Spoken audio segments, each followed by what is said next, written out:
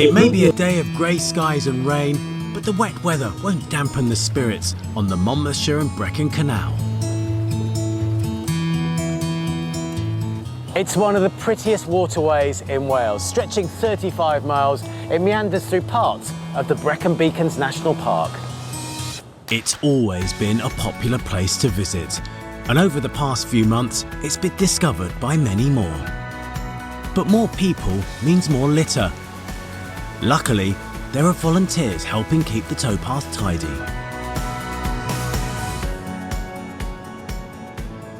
We do see plastic and we see cans and the usual sort of stuff, but it's more plastic now, I think, than we've had before. And also we're seeing a few face masks as well. It's not a huge problem at the moment, but if we can make people aware of it, then hopefully it won't be a great issue. And I'm just looking at a mask.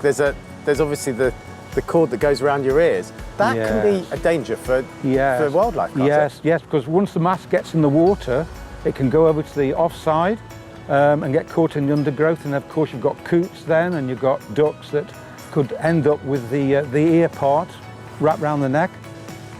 But you've got some volunteers, haven't you? Yes, we have got volunteers, and we've got about 30 miles here to look after, and we try to hit all the difficult places when we get the phone calls from the public to try and do a bit of litter picking. But we find that we're in partnership really with the public, because they really dislike seeing plastic discarded. It affects their well-being. They don't like it.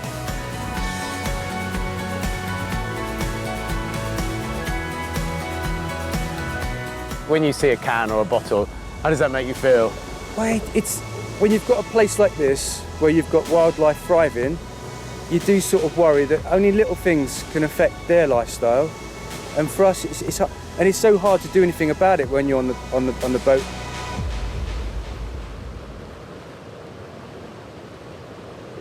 Further up the waterway near Brecon is another area to see a huge surge in visitor numbers. We've got a towpath counter down at the southern end of the canal, and it was recording 191% of the normal traffic along that piece of towpath. And I would say that was probably even greater up at this end, which is accessible to Brecon. So just trying to do the maths, 197% more? Nearly twice as many people using the towpath. So it's fantastic for us to see people out using our towpaths and really getting out and connecting with wildlife, nature and understanding the canals better. But what we do see is quite a lot of litter dripped along towpaths, maybe in the canal and on the waterway. And as a trust, we're concerned about the amount of litter that's making its way through our canals and on some of them eventually out to the sea. To be fair, we didn't see much litter. But in these strange times, what's the best way to collect it? During lockdown, I've got to admit, I was a bit nervous about picking up that litter. I wasn't sure what I was picking up with it. So I tend to make sure I've got disposable gloves with me now, and I've always got a small bag that I can just put stuff in and wrap it up in and know that that's a safe way of picking it up. And of course, always carrying hand sanitizer and making sure that I wash my hands well at the end.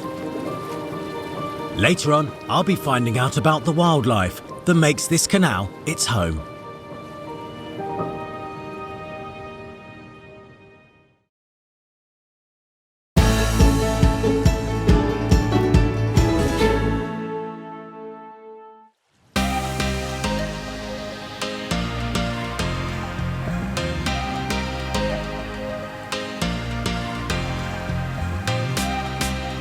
As well as being extremely popular with visitors, this canal is also home to a diverse range of wildlife.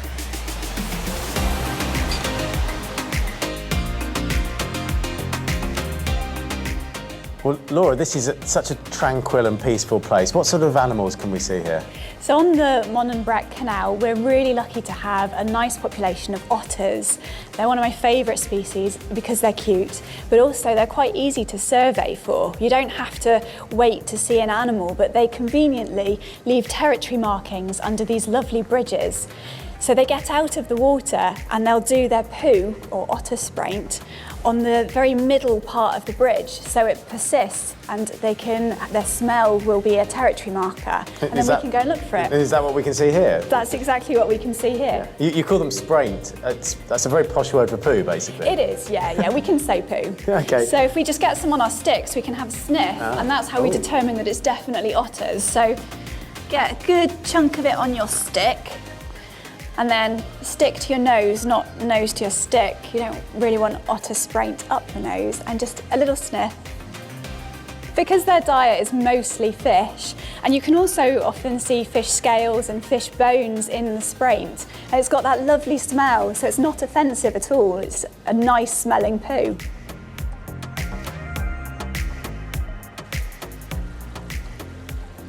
And it's not just otters who make themselves at home undercover. This aqueduct spanning the River Usk is home to another community of bats.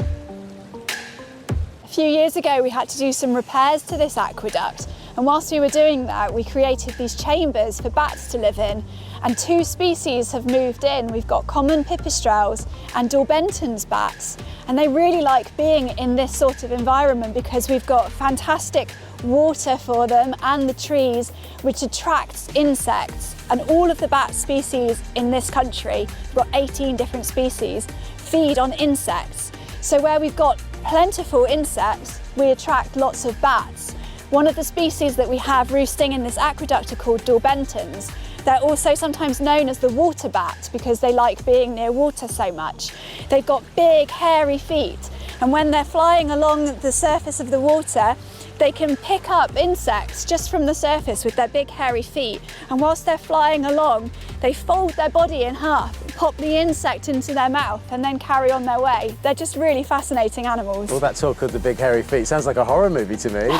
So this is like a bat's paradise, is it? Absolutely, yeah. We've got the River Usk flowing underneath the Brec Canal here. The River Usk is a special area of conservation. That's an internationally important site. So the habitats that we have here support a wide range of species, including the bats. I can see you like your otters, but you really like your bats, don't you? I really like bats. I'm really fascinated by them. I think they're incredible creatures. They navigate using sonar, which is just like radar, so they shout these really high-pitched calls that bounce off of their surroundings. And all those myths you've heard about bats, that they're blind, that they'll fly in your hair and they'll suck your blood, it's all utter rubbish. They're really cute, they eat insects, so when you're out on an evening enjoying a nice glass of wine on a summer evening, they're clearing up all those insects so you don't get bitten, and they're just fascinating. I love them. Doing all that good work with their hairy feet. Absolutely. Time to leave the bats in peace and join Hannah, who's with a rugby referee, ditching the pitch for a farmer's field.